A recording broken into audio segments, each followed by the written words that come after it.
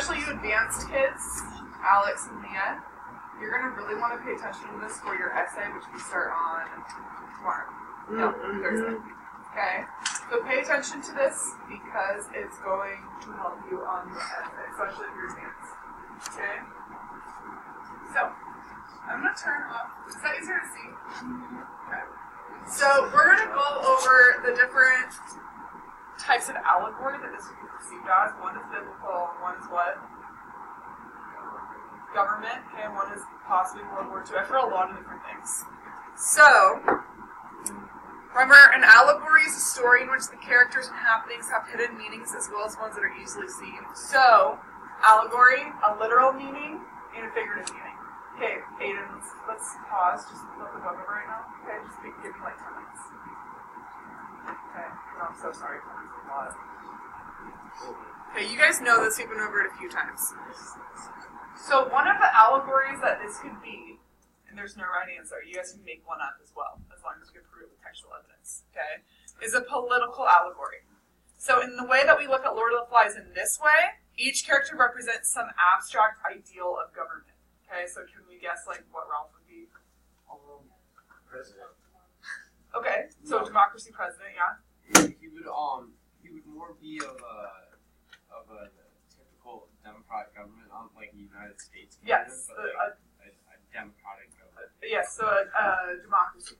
Okay, so Ralph. Ralph stands for the good-hearted but not entirely effective leader of a democratic state. A ruler who wants to rule by law derived from common consent. Okay?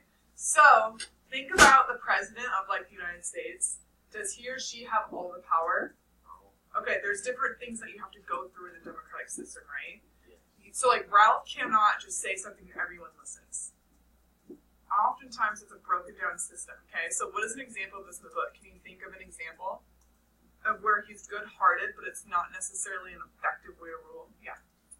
For one, when he's telling everyone that they can't be hunting food and that they have to be making shelters, which he thinks is like good for the people because like people have a place to sleep and they won't get cold. But really, he's on the other end, people feel like he's there being commanded and being told what to do. And it wasn't very effective, right? Because who helped him build shelters? Simon. One dude. Okay, got one dude to help him. All right, Kiara. He also notices that everyone's having diarrhea, but he still thinks hunting is bad. Yes, that's true. So much fruit. He's kind of like stuck in his way, right? He wants to get what he wants accomplished. Okay. Is that how young they are? They're kids. I always imagine them. Like teenagers? Yeah, teenagers. They're schoolboys, right? All right, eyes back on the board. I would say like between 10 and 12. All right, Piggy. Piggy is Ralph's advisor, someone who is unable to rule because of his own social shortcomings, but who is able to offer sound advice to the democratic leader. Okay, so in history, this might, if we think of like government and stuff, who might be an advisor to the president? You guys know like at all who might be an advisor to the president today? Yeah. Who? The vice president. Okay, the vice president, who's the vice president right now? I know. Mike Pence. Mike Pence. Okay.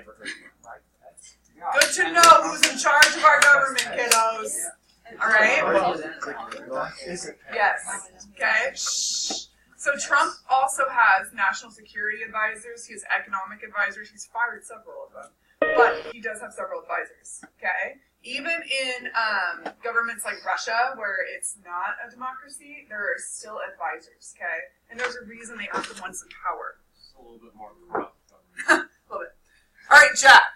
Jack represents a totalitarian dictator, a ruler who appeals to the emotional responses of his followers. He rules by charisma and hysteria. You know what hysteria is?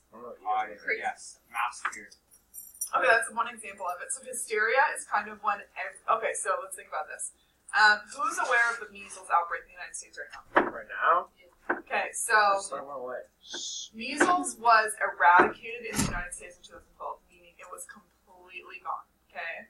But due to the anti-vaccine kind of movement, it has now started to come back, and there's measles outbreaks in kids in 10 different states right now. So, for example, my kid is only 4 months. He cannot get a measles vaccine until he's 12 months old.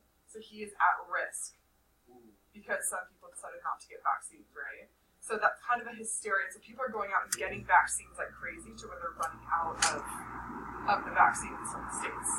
So that's kind of a hysteria right now. Like people are kind of like in like, especially in Washington where it's really big, people are kind of panicking to get their kids vaccinated because now there's a measles outbreak, okay?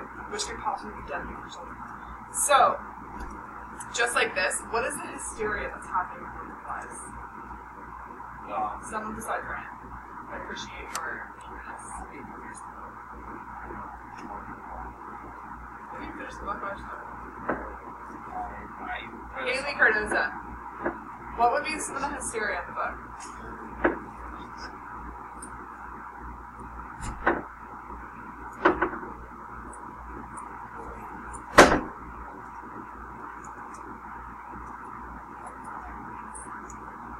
Okay, and why are they going savage?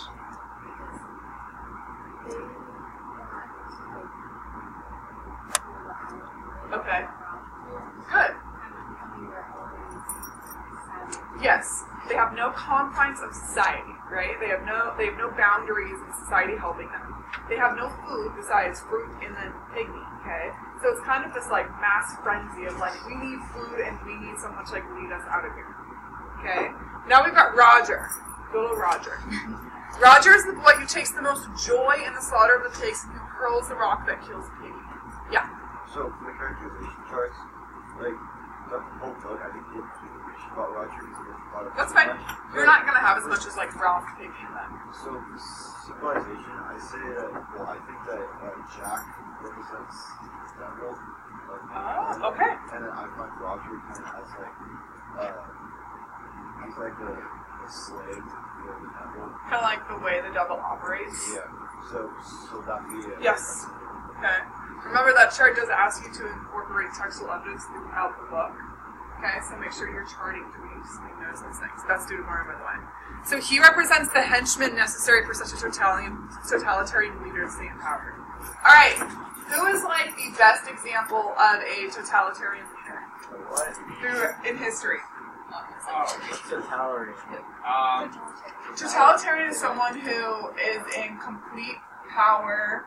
Everything that they say goes in the government. Zayla? Oh, sorry, yeah. For the characterization, we have to. So, does someone have it out? I just kind of wrote like short. So the directions say, look for how their physical description and personality changes as you read and document contextual evidence in your process of reading. Yeah, I don't understand. So if you're alluding to events, that's fine. Okay. Oh. Like if you're alluding to events that happen in the book, that's, yeah. Okay, did you guys hear Ryan? Hitler, okay?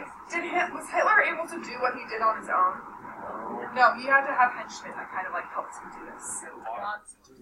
He had a lot of henchmen, okay? I feel like communism would be, and Joseph Stalin would be a better example for Yeah. us because he was less people supported. Okay. So Miss Good was telling me yesterday her son is having to do an essay in AP history at Oak Ridge.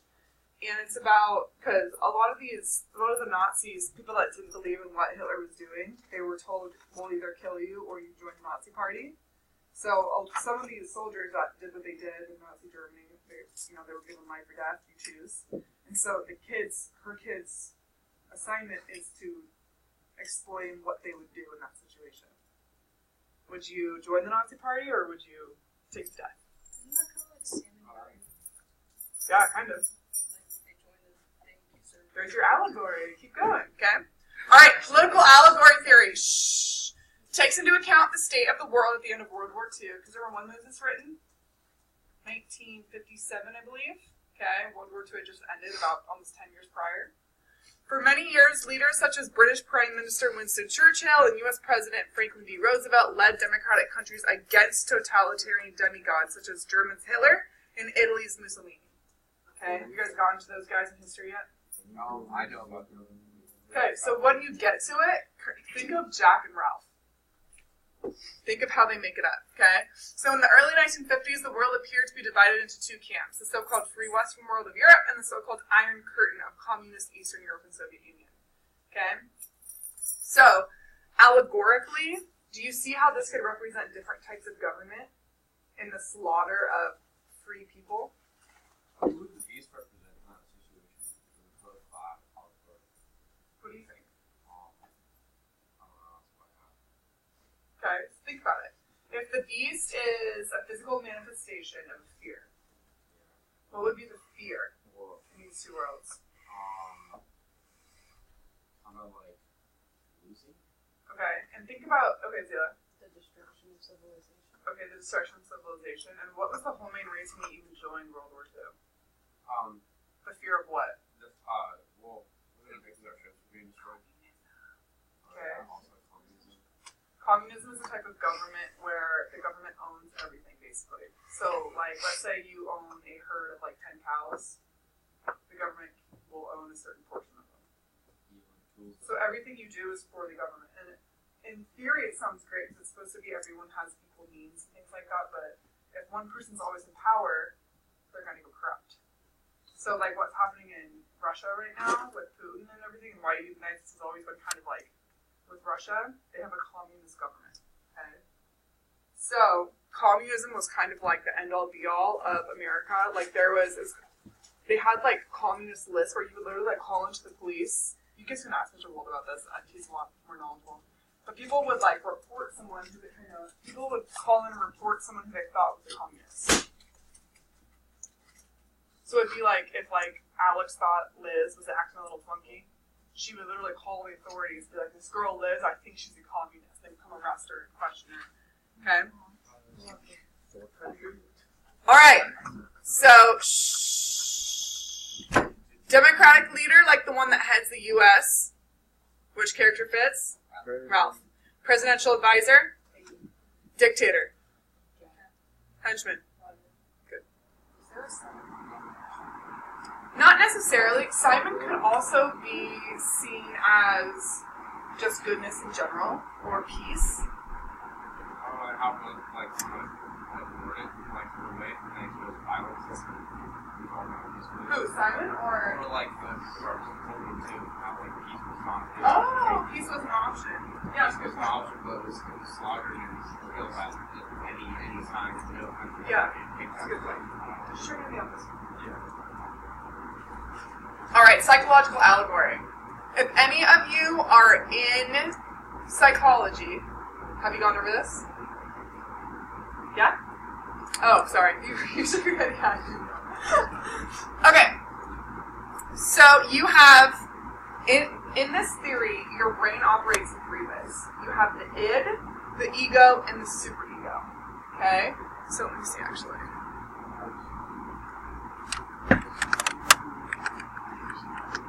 Okay. So if you look, the superego is kind of like the principle, the ego is reality, and the pleasure principle, the id, is kind of where your deep, dark, unconscious lies. Okay? So in this story, we could say that the boys kind of slipped into the unconscious. So Freud and psychology at this point in time was huge.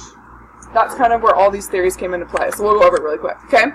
So according to Freud, the id works to gratify its own impulses, okay? So the id wants what it wants and it gets what it gets, however it wants, okay? In your mind. So if you're starving, the id, in the place of the id, you're going to do anything possible to get food. Doesn't matter how, okay? It's going to get that impulse regardless of how it's achieved. These impulses, sometimes are sexual, seek to provide pleasure without regard to cost. Jack's impulse to hunt and kill. Jack's impulse reaches its peak with the killing of the sow, a killing rife with sexual overtones. Okay? So in that scene, it's really grotesque in a way, because remember how we talked about, like, he says rite of grass? He sticks the stick up the pig butt. Okay? So that is kind of a representation of the id, what goes on in, like, the darkest points of the human mind. So Jack never considers anything but his own pleasure. That makes sense, right? He wants food, he gets food, he doesn't care about being safe, he doesn't care about anyone else being violent. The superego. The superego is a part of the mind that seeks to control the impulsive behavior of the id. It acts as an internal censor. Okay? So, if we have the id, we've got to have something to kind of control the id, right? Kind of like me with you guys. I have to control you guys. So let's go back, okay? So we have the id. That's where all of these like deep, dark secrets lie. Then you have the superego, and this is kind of what is keeping the id in check, okay? He constantly reminds Ralph of their need to keep the fire burning and to take proper responsibility. By doing so, he urges Ralph to control Jack, okay? So if Jack is our id, which is the subconscious, we have Piggy who's keeping Jack in check. What? Nobody really. So what is stronger in this book? The id, right? Okay.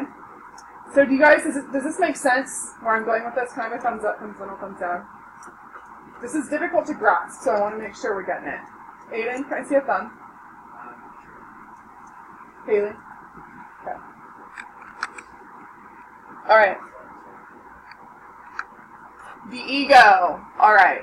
So the ego is a whole different section. So the ego is the conscious mind whose role is to mediate between the id's demand for pleasure and the social pressures brought to bear by the superego. Okay, so you've got the superego, which is kind of in reality. You've got the id, which is the deep conscious, and the ego lies somewhere in the middle. The ego is constantly trying to like pull in both things. Okay, think about who is a sports fan? Okay, Noah, what's like your favorite basketball team or football team? I don't know. What sports do you like? Baseball. Okay, baseball. So who's your team? Cubs. Cubs. Okay. Now, who's a player on an opposing team that you just absolutely hate? Mike Trout. Okay. So imagine you're on like the home plate line right there as a fan. And you got Mike Trout like warming up right in front of you, okay? And if you really hate Mike Trout, you've seen people scream at players or like throw things on them, right? Okay? So your id might kind of take over, like your subconscious like hatred of this player where you'd want to like throw drinks at him and yell at him, okay? And you're also battling with your superego, which is like, no, you need to be socially appropriate and not do that. And it's constantly a battle between I want to do this and that's not socially appropriate, okay? Or when you're really hungry and you're just shoving your face and you just want to get all the food as possible, you're battling between what your subconscious desire to stuff your face and what's socially appropriate. Okay? Your ego is what's pulling those two things in together in check. Does that make sense? Can I have a head nod or a head no? Okay. The ego is like something else. The ego. This is in the theory of the subconscious mind by Sigmund Freud. Ego in general is like your the tone of your own personality. Like if you have an ego and you think you're really cool, different connotations. Yes, so different connotations. Okay. All right, back. Freud calls this mediation process the reality principle. So the notion that immediate pleasure must be denied in order to avoid painful or deadly consequences. Okay? So the ego has to be in check in order to avoid the consequences of the id, and then to also pull into check the superego. Okay? So if we have the ego in the middle and then the superego in the id, what could those two forces be in our book? Think of what we were monitoring throughout the entire book. Something for something, right? Well, I feel like the id would be Jack, the superego would be Ralph, and then the ego would be Simon. Okay. Okay. Good. What else? No, I think the superego would be Simon. Oh. And the id would be Jack. Okay. Alex, did you hear it? Kira. I think it is Jack, superego is Piggy, and then Ralph is ego, because Ralph is kind of like deciding whether to go evil or to stay pure. Okay. And Piggy is always pure, and then it is like Jack is Okay. always evil. You could also say that the id is savagery. Justin. You could say the id is savagery and the superego is civilization. Right? And you've got the ego, which is the boys who are somewhere in the middle. You guys can argue any of this as long as you can prove it with textual evidence. Okay? What? Okay. Huh? Okay. So, one interpretation of the ego is this is Ralph. Okay? He attempts to control Jack and engage his energy in tending of the fire. To do so requires him to put off pleasure of the hunt in order to secure rescue. Okay? So, poor Ralph is stuck in the middle, trying to mediate crazy Jack, and then also get saved. Right? He's trying to keep Jack from killing people, but he's also trying to make sure the fire is still blazing in order to get saved. Yeah. So when it comes to like savagery versus civilization, and Ralph always wanted to have the fire going for someone to get rescued, and at the end of the book, the whole fire before it gets burned down, it's a signal. So that means civilization won, or did savagery still win? That's your interpretation. Okay, so because you can argue it both ways, right? Smoke ended up getting someone drawn to them, but who comes? Someone from a war ship. Someone from a war ship. Yeah. So, what is the author saying about civilization? Okay. So he could also be saying that the sense of civilization of boys that are rescued by, they're just going to go back to a war. So they're just going to go back to the destruction of civilization. It was interesting, like, at the end of the book when, I even say when they looked back to the ship while was running, because, like, it was civilization that came and rescued them, but they were still going back to the reality that it was war. So it was, like, kind of a mix between civilization and savagery. 100%. And did you guys remember the kid who was like, I'm Percival, blah, blah, from, and remembered his address and, like, repeated it? He tried to, like, introduce himself to the officer and, like, completely forgot everything that he once was. So that is also kind of telling you these boys have just succumbed to savagery, right? They've lost all sense of civilization. Yeah. We always talk about, like Rob was talking about how he wants to be saved, but, like, all we want people, like, we're just fleeing, like, home. Why would you want to go back to the home? Do we know about the last one? It doesn't necessarily say. I could probably research it more. But think about you're a kid, right? You just know that you were put on a war ship, or that you were put on a plane. You don't really understand. Right? These are schoolboys. It's not like they're like teenagers who are gonna understand what's happening. Okay. Yeah, and it's not necessarily they want to go home. They want adults, because adults are symbols of civilization, right? So when things start to spiral downward, he's not like, I want to go home. He keeps wanting adults. He keeps wanting someone to come guide him, and then the dead parachutes come down, right? So what is that saying about the adult world? Yeah. Didn't they put them on the ship on the plane for them to escape? Yes, escape the nuclear war. But they didn't necessarily know that. No, So it doesn't they say. just want to go to back to, like, what they know. Yes, exactly. They're not really sure what's happening before. Okay. All right. There you go there. All right, let's talk about the religious allegory. This is probably the one that's most well known. Remember at the beginning when I had you guys annotate the description of the Garden of Eden? Okay. So, in such a reading, the tropical island filled with fruit and everything needed for sustenance becomes the symbol of the Garden of Eden. Okay. Some of you guys connected it really well, and some of you guys didn't really understand. The island could be seen as like the initial goodness of man, right? This is where Adam and Eve were kind of created in everything they could ever want. They had one thing they couldn't do, right? Take a bite of the forbidden fruit. Okay, what's up? Isn't the forbidden fruit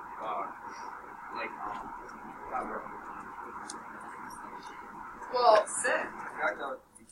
Well, like sometimes it represents like a certain action that they do Okay. to establish that, because before then, if it does represent a biblical allegory, there was no sin before they put the bite of the forbidden fruit. So, what would the forbidden fruit be? What would the eye be? In this book, Yeah, in this book. it could. Okay, here. I think it's the sow. It's like, I'll be killing with the sow. Probably not. That's a good I one. feel like it would happen way before them. I mean, like there was things, there was issues happening before them. Instead of it's not one No. issue. It's like when Simon dies, it's like symbolizing that they divided the apple Oh. And then if you like fast forward to the Bible, you can see that like Adam and Eve's sons, they like one of them kills the other, and runs off. Noah's going deep with this. Okay. So he was going further down into the Bible when Cain and Abel. If you're familiar with that story, the two brothers who kills who? I think Cain kills Abel. Okay. So in this sense, and Leah's like, I know so weird. In that sense, he's saying they can go all the way down into the Bible that far and symbolize that slaughter. Yeah. Well, I saw Simon as being like a Christ-like figure. Okay. Because like if you come back to the Bible, like the night that the boys killed Simon, it resembles a lot of the things that happened. How's that?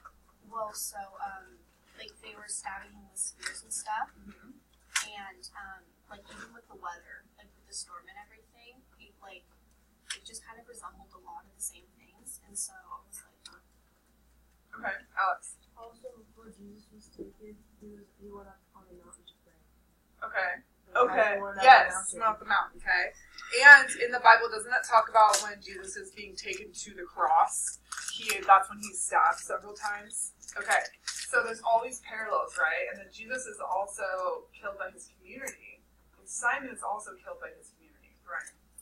Also, there was I got this feeling of reading the story that there was someone else there that we weren't really conscious of and who was making these actions. For example, when the soldier fell down, or when the storm arose when something was bad was happening. So I feel like there was almost like the author hinting at a supernatural presence on the island. Oh, like a godlike figure or a deity? Oh, yeah, or the devil himself on the island. Oh, okay. Okay. You guys, by the way, your essay prompt is going to ask you to explain the use of symbolism in this book. So everything that you're talking about right now, that is all symbolism. Okay? So it's going to get me, don't freak out. It's going to get more specific, okay? I have a sample essay, we're going to be fine. We're going to go through how to write, it's going to be perfect, okay? But all these ideas, I want you to know they are valid, okay? So the initial identification of the beastie as a snake also brings to mind the story of the fall of man, right? The serpent in the Garden of Eden, okay? If anyone's not familiar with the stories I'm talking about from, like, the Garden of Eden, just let me know and I'll try to give you the best explanation as possible. It is possible to read the fall of the parachutists as the event which leads to the ousting of the boys from the Garden of Eden, okay? So while you said it might be the slaughter of the pig, you said it might be something else, one also interpretation is the fall of the parachutist, okay? It parallels the fall of man, right? The fall of the dead soldier and the fall of mankind into sin. Alright, further, Jack's identification with hunting and Ralph's identification with shelter, as well as their natural antagonism, appear to be an allegorization of the Cain and Abel. Okay? So, the two boys, if you are not familiar with the Cain and Abel story, please let me know. Okay. Okay. Noah, do you want to, or Alex, you two are probably better explaining the story than me. So, Adam and Eve, after they got out of the garden, they got a home, stuff like that. And, They bought a house. Yeah, they got some real estate, with this. And they had two kids, Cain and Abel. And Abel was always like the righteous one, stuff like that. Cain was always kind of jealous. So, It's like Abel was very yeah. He was almost treated better. What was he? What? I mean, Yeah, good. Cain was in charge of the livestock. He was eating fruit. Which one? Cain. He worked the ground. Abel's the one who had I know one of them was in charge of fruit, and the other one was more in charge of livestock. Yeah. Cain was the one who had hunting. Okay. Cain was the hunter, and Abel was more concerned about fruit. Okay, so Cain was the one who harvested fruit and brought fruit to the sacrifice. Yes. Okay. So, to summarize what Noah and Alex said, Cain and Abel were brothers. Their parents were Adam and Eve in the Bible. Okay? And Cain was jealous of Abel. Other way around. Okay, one of the two. And one of the brothers kills his brother. Okay? So symbolically, allegorically, this could also be an allegorization of Cain and Abel between Jack and Ralph. Okay? And then at the end of the book, the only thing that saves Ralph from murder is the adult. Right? The only thing that that keeps Ralph alive is running into the officer. Remember how I said this book is so full of symbolism, it's like out of control? Okay? Alright, so many critics have attempted to read Simon as a Christ figure. He is the boy who has the true knowledge which can save them. What does that mean? The true knowledge that can save them, Justin? Like Christ. Okay, but what does that mean? What is the knowledge that can save them?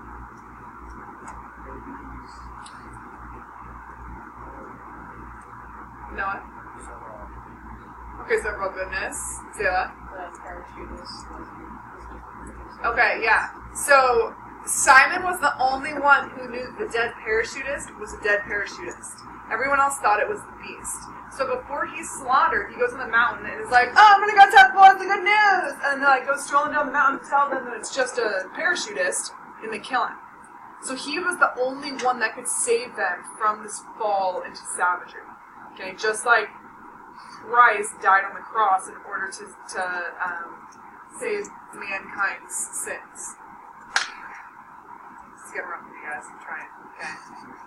It takes so much biblical knowledge to like understand. I'm trying. So, like Christ, he is martyred. Do you know what martyr means? Yes. Okay, what is a martyr? Someone. I probably think it's martyr. It's like someone who's very overdramatic. No, a martyr is someone who. Someone that dies that is like starting with a cause. Yes, so he dies in the name of a cause. He or she dies in the name of a cause. Okay?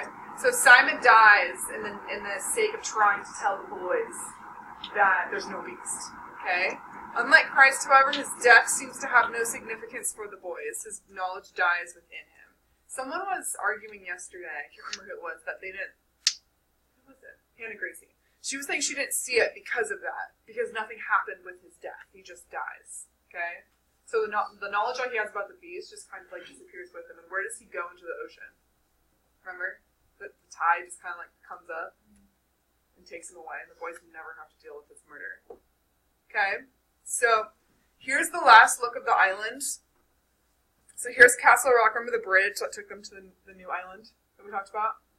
Ralph was the first one to go across it. So we have the mountain, Simon's nature area, this is where the Lord of the Flies is, the bathing pool, the scar, okay, the pig fire, and Simon's death.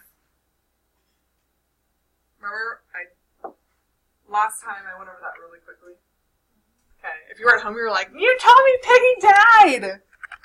Alright, so, which allegory do you guys think is most applicable to the novel? Which one do you think is most accurate? We had, Ryan? I would say, like, it's either or. It's based on physical interpretation of the story. You can't no one will read the story the same way. Yep. It's just your experiences, what tells for it. So. Yeah, so if you have more of, like, a historical knowledge, you might connect to the political allegory. Whereas if you have more biblical knowledge, you might connect to the biblical allegory. Yeah, so I feel like it's, as long as you get good reasoning, which is which, and I feel like it doesn't really matter. Does anyone have one that we didn't go over that they think might also work? Here. I just saw the religious one like totally different. How so? Like, because it wasn't really mentioned like the Lord of the Flies. I saw that as like the tree of knowledge. And so when they took like a bite out of meat, that's like they also like the death of the pigs. It's like when you bite out of the tree of knowledge, it said like there will be a death that comes. Yes. It's the death of the pig. Oh. And then they also started sitting at that point. Interesting. So I think it's all accurate. Like you could argue all of that, Alex. I think that when you said that, like, unlike Christ, when Simon died, like, his knowledge kind of went with him. Yeah. But it does say that Simon was crying out something about a dead man on a hill, so they knew something about that. But did they understand what it was, or did they not Not understand? necessarily, but they might have been just ignoring it. Yeah, because they all ignore the murder itself. The only one who actually somewhat acknowledges it is Ralph. Because everyone else is like, we weren't there. It was. Yeah, he says it was confusing. Sam and Eric are like, we weren't there. We were real hungry. We went out and got some fruit, right? I guess Piggy kind of They were tired. Huh? I guess Piggy kind of did. That was my one argument, especially with the murder of Simon, his reaction to it. Yeah. Right? Because he's very intellectual, and in that sense, he wasn't being intellectual about it. He said it was an accident when obviously it was not. Yes. He was just like trying to reassure Ralph that, oh, we're only dancing on the outside, so we're not really a part of it. Yes. They made it really clear that they were actually. Yes, and like the sarcasm in that scene and kind of like the situational irony of like, you guys know what happened as the readers, makes that scene even more noticeable if they were involved. Right. Correct me if I'm wrong, but I'm pretty sure that when the officer said anyone died, they only referenced Simon, not Piggy. No, we said two.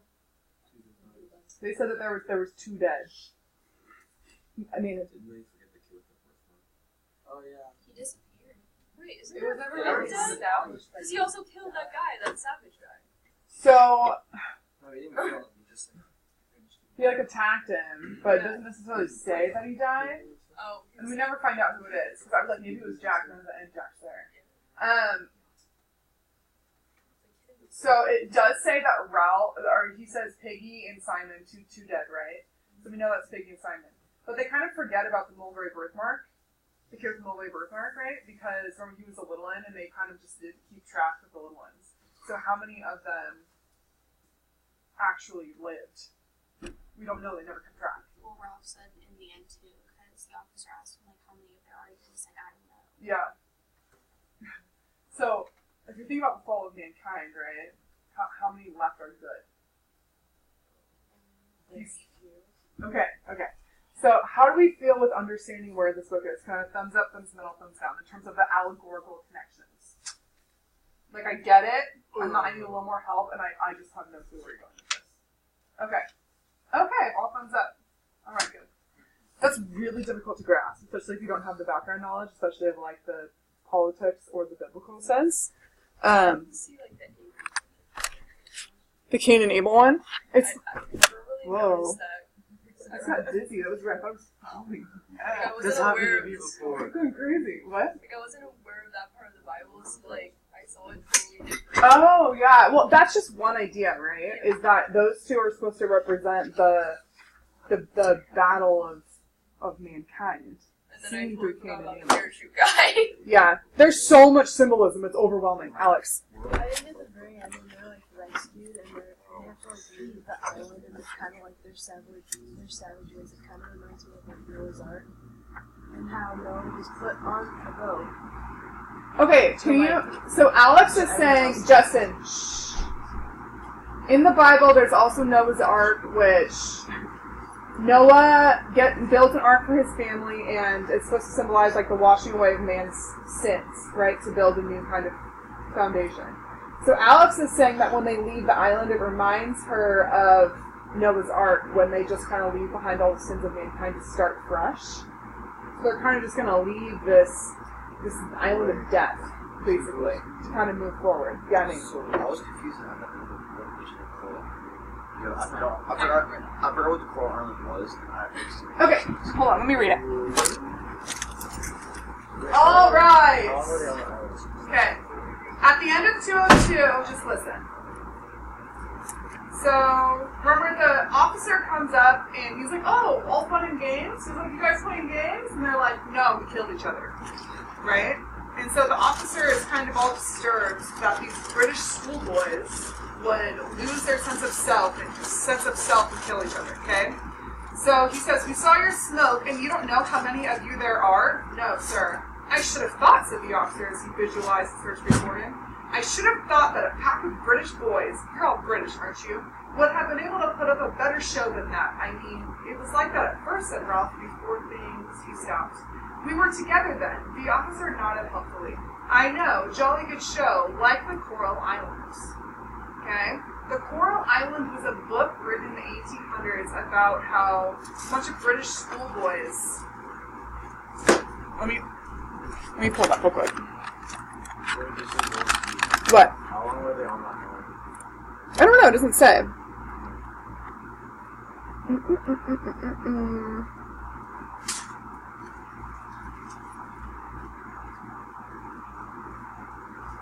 Okay, yeah.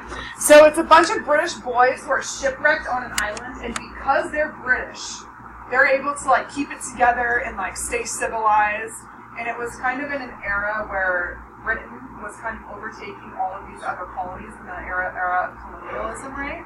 And so it was this sense that we're better than you. So like when Britain went to like India, for example, and colonized India. Yeah, you know history. There's a sense that because we are British, because we are European descent, we are better than you, so we can overtake you. Okay? So, Nate, he's referring back to that to kind of make fun of the book, the author. Right? He was like, I thought she would be like the Coral Island, but that's not how mankind is. That's not how he sees mankind. He sees mankind as being this evil force. It doesn't matter if you're British or not. Okay, so he's referring back, he's alluding, using an allusion, back to the Coral Island to make fun of that. Okay, does that make sense? Yeah. Okay. Any other questions? Okay. So, I'm sweating. Too much allegory talk. Okay. So tomorrow you have a Socratic seminar.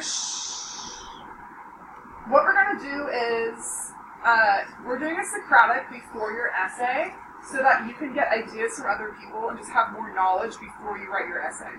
Okay? I just think it'll be more helpful for your first expository essay. So with the Socratic, it's basically a discussion of classmates without my involvement. Okay? So you guys are going to discuss with each other. You're going to have an essential question that you start with. And you're going to talk. Yeah, Ryan. Isn't everyone in a circle? Yes. Everyone's in a circle. There's going to be an inner circle and an outer circle. We're going to go through all of that. Okay? So this is tomorrow. Let's go through the PowerPoint really quick so I can show you how we do this. Okay? Now, the reason we do this is because, remember how I told you in my theory of teaching English, Nate, you guys are going to interpret a book differently than me, right? So if I constantly teach you to see things my way, you will not be, you don't have the skills to use critical thinking in the real world. If you constantly have someone telling you, oh, this is what this means. So I want you guys to be able to decipher meaning on your own. That's what this is meant to do, okay? So, think, what is the beast symbolic of in Lord of the Flies? Just think about it, okay? What is the theme in Lord of the Flies? What is the bigger message the author is sending? What is the allegory? Okay, what allegorical connections are there? We just talked about some, you might have other ideas. Aiden, stay with me. If it's an allegory, who is Jack, Simon, and Piggy in the story? Okay? So, on that last page, you have a quick write section. You see that? So go ahead and write that. I want you guys to answer this question. This is your essential question of the seminar. So we will start with this question. Okay? So Riley and Riley's, pull out your packets. Is mankind inherently evil? That's what you're answering, okay? According to William Golding, author of Lord of the Flies, states, man produces evil as a bee produces honey. How is his belief of mankind displayed in the novel? So what I'm asking you is your opinion. Do you agree with it? Do you think mankind is inherently evil or not? Okay? And in addition, how does he show his belief about mankind in this book? In what ways does he show his belief of mankind? You could probably write like 10 pages on how he shows it, right? Do we have to like talk about like that quote, or can we just write about how he like thinks that they are? No, I'm just doing that to prove that that's what he thinks. Okay, so I'm not just making that up. Alright, I'll give you guys about 10 minutes, and then we'll move on. You're answering this question.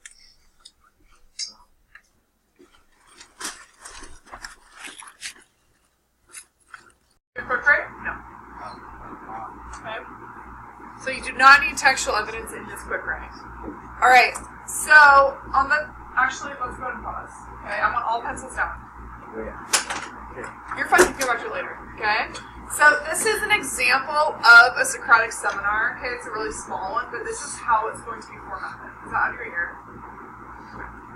So please watch if you've never done this.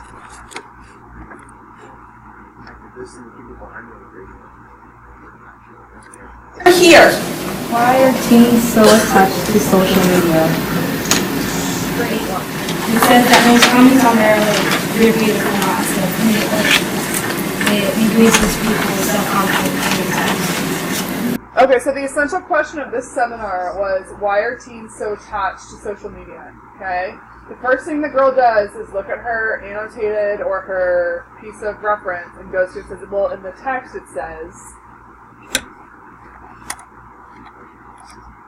Also, 90% of American teens have used a social media site, so that's...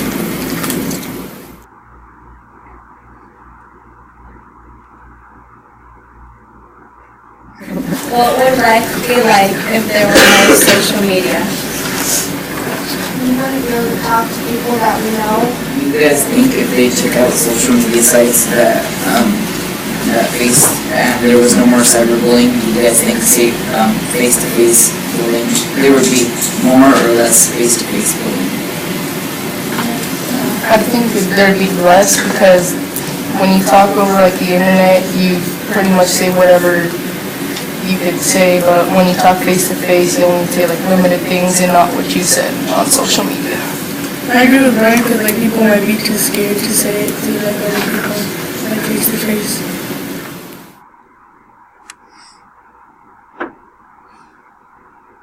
What do you think of that? I agree with Andrew because a lot of people nowadays, they go on social media and they can say whatever they want to say, opposed to saying face-to-face because, like, you can say or, like, threaten them on social media, but, like, face-to-face, like, you actually have to do, not just talking. Okay. It would be so easy if what? So our group, since there's like 30 kids in each classroom, I would never ever talk because like take the whole period and everyone's like, so I never get to talk. Oh. So it's like super easy. So it's just like okay. So Justin, Aiden. So please don't make me talk. So here's the deal. Okay. Remember how I said the state of California and the United States government has decided that as sophomores in English, you need to develop your speaking and listening skills. Okay. I can talk. I can talk good. I can't listen good. Okay. So we're gonna. These are exercises to develop that. All right. Remember, if I went into a meeting with Mr. Palmer and it was about things I needed to do and I didn't take notes, you'd be like, "What are you doing?" Right. I have great memory. Okay. If I went into a meeting and Mr. Palmer asked me a question and I was like, I was on my phone, how do you think that would go? Not well. Okay? So, in addition to writing and reading, speaking and listening, Ada and Nathan, are, I can see your computer in the window, are huge elements of life. Okay? You will have to go on an interview and you will have to speak like a well-spoken person. Okay? Does that make sense? These are real life. I'm not just making you speak in order to do that. You're going to have to do this in life. Okay? So here's how it goes. All eyeballs, please. I want to make sure we understand this. Half of you will be placed in a circle of some sort to have a discussion, and the other half will be observing outside the circle with no involvement. Okay? So I'm going to split the class up in half. Inner circle is talking. Outer circle is listening. Okay? Number 2. Those on the inner circle will discuss their thoughts on the unit, the Lord of the Flies, symbolism, rhetorical devices used, allegory, theme, historic influence, secondary text, etc., using their questions for guidance if necessary. So, those questions on the back, you're writing those questions so that if you guys are like, we have nothing to talk about right now, you can look back at your packet and be like, okay, here's a good question, I'm going to ask this. Does that make sense? Okay. You will use academic language such as I disagree, but I agree in this story I noticed. All those discussion boards where you guys use this kind of language, that's just practice for an actual Socratic. You will be respectful, listen, not talk on the side, and be engaged. Okay? So, those on the outside circle need to take careful notes of their anonymous partner grading their discussion.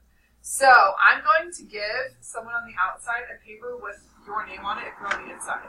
They're solely looking for you.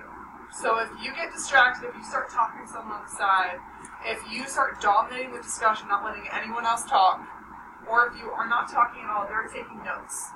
Does that make sense? So if I get in the discussion and I am obviously in a bad mood and I don't want to hear anyone else's opinions, I'm like, no, that's stupid, Ryan. Okay? Your anonymous partner is going to write down notes on what your activities were. Does that make sense? And I'm going to get those notes back. I'm also going to be grading so that, let's say, for instance, in middle school last year, 2 girls got each other that had beef outside of class. I didn't know it. She gave her like 2 out of 20. And I was like, okay, that's not accurate. So I will be taking notes. Like, she was just trying to give her a bad grade, not realizing I would actually go through and look at the grades they gave each other. So I'll be grading as well. So don't worry if it's not going to be not fair. It is going to be fair. Alright, you will switch groups after about 30 minutes or so. So after a set amount of time, you'll switch, and the outer circle will come into the inner circle. Any questions? No, there's 2 rounds. Okay. I'm going to fix it. I'm going to make it a circle. Yeah. Yeah. Yes. Alright, how we feel? We know how to do this? Thumbs up, thumbs in the middle, thumbs down. I know what to do when I get in the room tomorrow. Ready, dude? Okay. Wait, do I have to do anything first? Yes. Okay.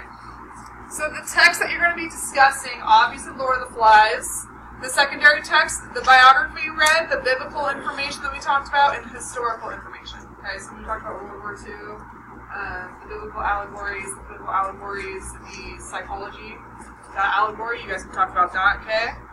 Remember, what is the essential question that's leading the discussion? Your quick write. Okay. Is mankind inherently evil, and how does he portray this in the book? Alright. So here's what you have to have tomorrow. Everyone look at the board. You have to have at least 4 questions. Show up with them ready to go in class. They will be checked. You must have an answer to your question, okay? So in your packet, you have, on the back page, you have 4 sections where it says, write 1 question to discuss the theme, write 1 to discuss symbolism, allegory, and the characterization. Okay? So just write a question and an answer. Yes, right. No. It's just, if you read the book, you're fine. Okay? Yes. And if you did all of your classwork, if you actually looked at every PowerPoint you're supposed to. Okay? Alright. By your questions, put where in the text a quote from the text that made you think of this. Okay? So in characterization, if you ask something about Jack, what element made you think about that? What part of the book? Okay? Lastly, 1 piece of outside research that you find interesting that relates to the essential question. Okay? So make sure you either have it printed with you or you have it bookmarked on your phone. So during the discussion, you can refer to it. Okay? I'm going to check it tomorrow. Some ideas I gave you, maybe a critique of Lord of the Flies or an interview with William Holding. Okay? A piece of outside information that you could refer to if you needed to. Okay? So maybe an interview about his experiences in World War II. Does that make sense? Maybe additional biography information. Nate. Can it be bookmarked on my computer? Yes. Yes. Okay? Wait. You can also just email it to me in the morning and print it. What's up, Grant? Wait, so like, this is on like the essential question, which is mankind. Yes. So, Justin, you guys are going to start with that question: is mankind inherently evil, and how does he show it in the novel? Wait, so like, what if like more people say one side than the other, and like no one does the other side, and then like. That's fine. You guys will move on in your discussion to things like symbolism and theme in the book. Okay? So your discussion is going to start here, and it's going to go in all different directions. You can't spend 30 minutes talking about it as a people. Okay, that's good. Does that make sense? Yeah, I get it. Okay. Alright. This is what you must do. These are the things you need to have. Your questions, where in the book it refers to, Aiden, Justin. What did I just say? Justin.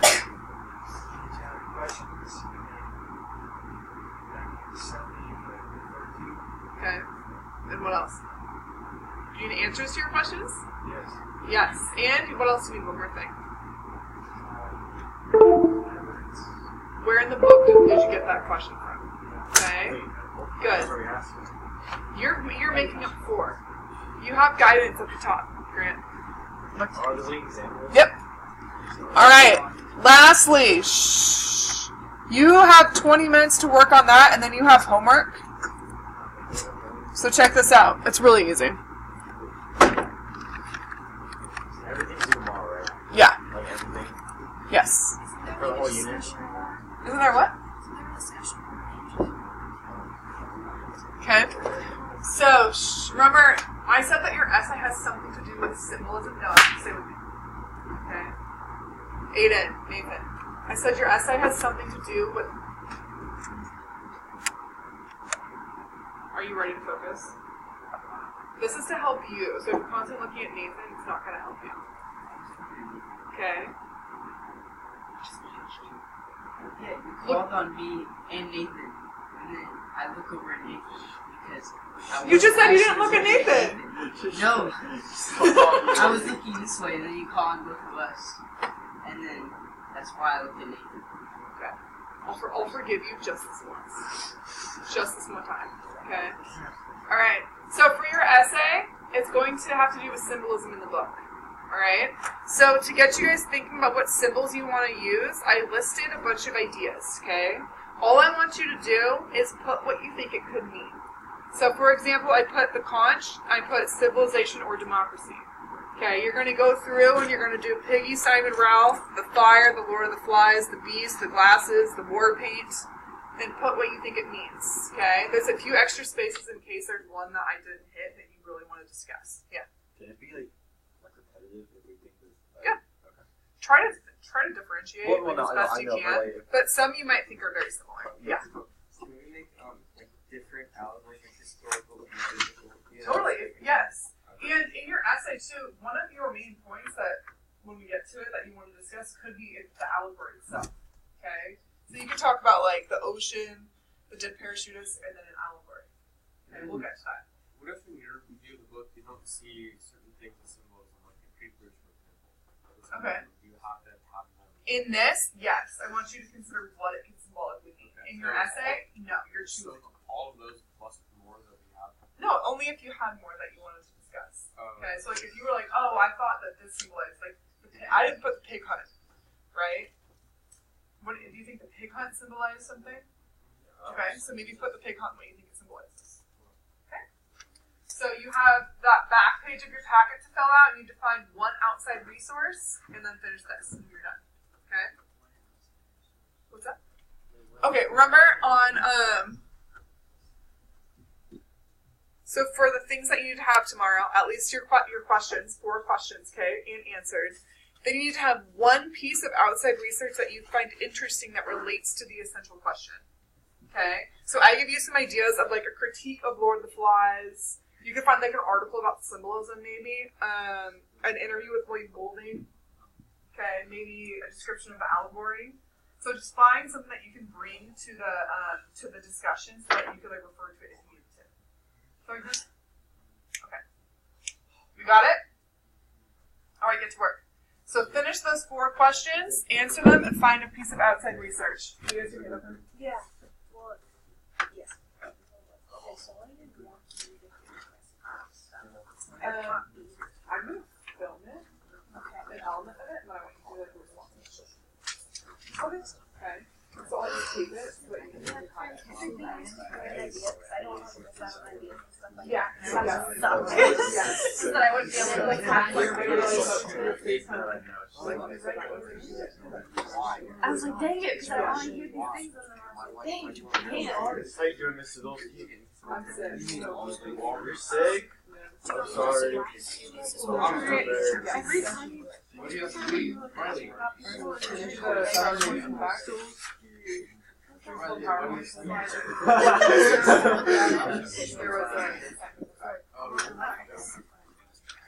This took me a second. Yes. Yes, so these are the 4 questions you have to answer. Remember, so you put 4 questions and answered. So one has to be about the idea, and one has to be so develop the questions you want to ask that you didn't understand. Because what did you advise for those? No, just only like No, like that's the thing. That's why I can't do it. Like, it's not like I can't do it. so like you can literally put points on the card. I have to. So like you can do it. That's like literally that's why I was. Yeah, I just want you to answer where that question. Last year. Right? I just got a question.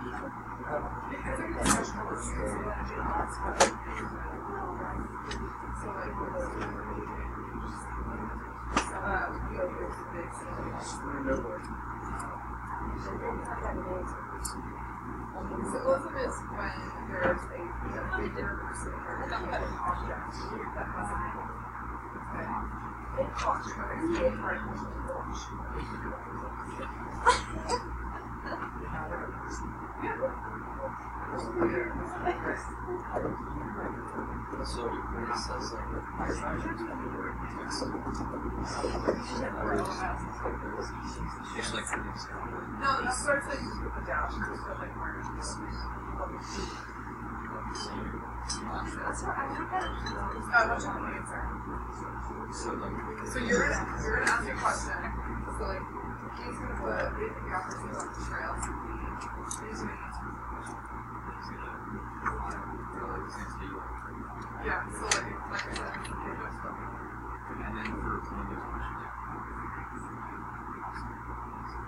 Not for one of those questions necessarily, but more the essential question is mankind inherently how is portrayed out in this book. So find out if it's research that can be people do and maybe it's about wants, maybe it's about people working. Maybe it's people working in this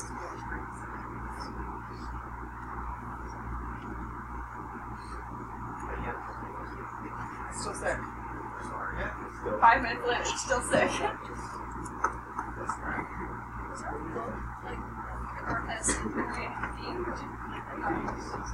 Your essay? Don't worry about it.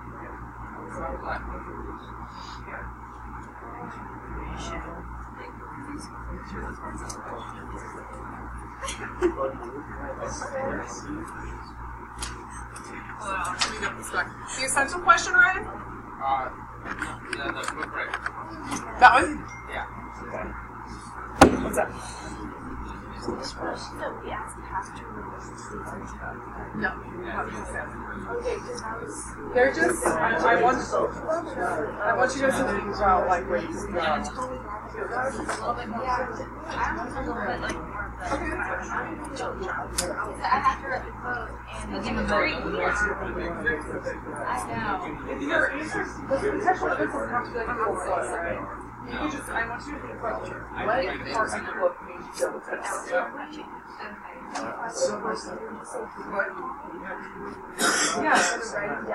Yeah, or you can say so like what is Sylvia writing about? Okay, so what part of the book made you feel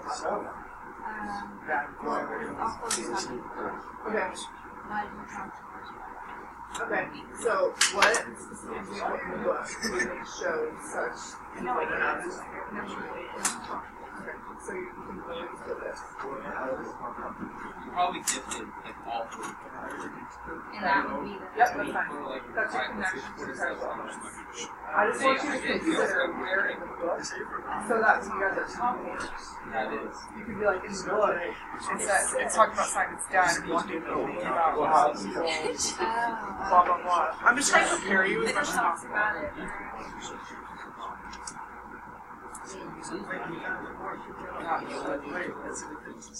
Alright, kids, use your time wisely. You have a lot of work to turn in for tomorrow.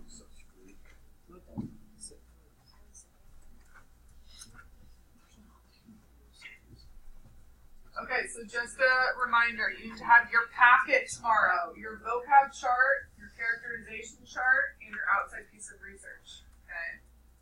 You need all those things ready to go tomorrow.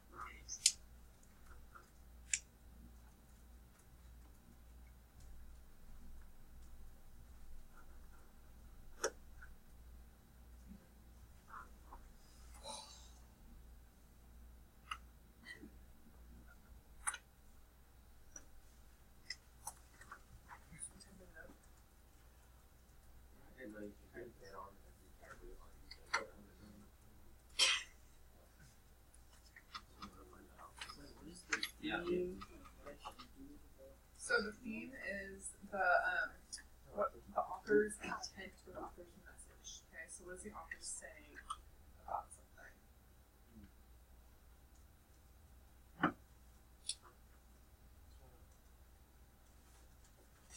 So like one thing could be talking about, like Justin was saying, the author's thinking about betrayal, right? So the theme would have to do with betrayal. Okay, so where do you think a theme could be?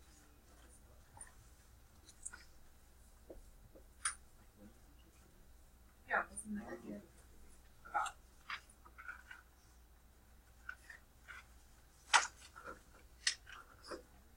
Okay, so then write a question having to do with the savagery that you can discuss. Okay?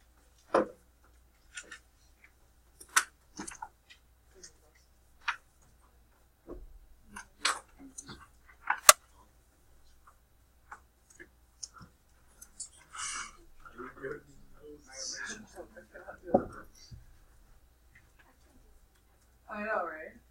Yeah, most people can't. Like the symbol for the symbol, I could be like, this is fire represent. Yes. Hey guys, for the questions, just an idea. If you are confused about something in the book or why a symbol or what the theme could be or a character, ask a question about that because then you could bring it up in the seminar. Okay? So if you have no idea what the fire could symbolize, maybe ask a question about that to bring up tomorrow.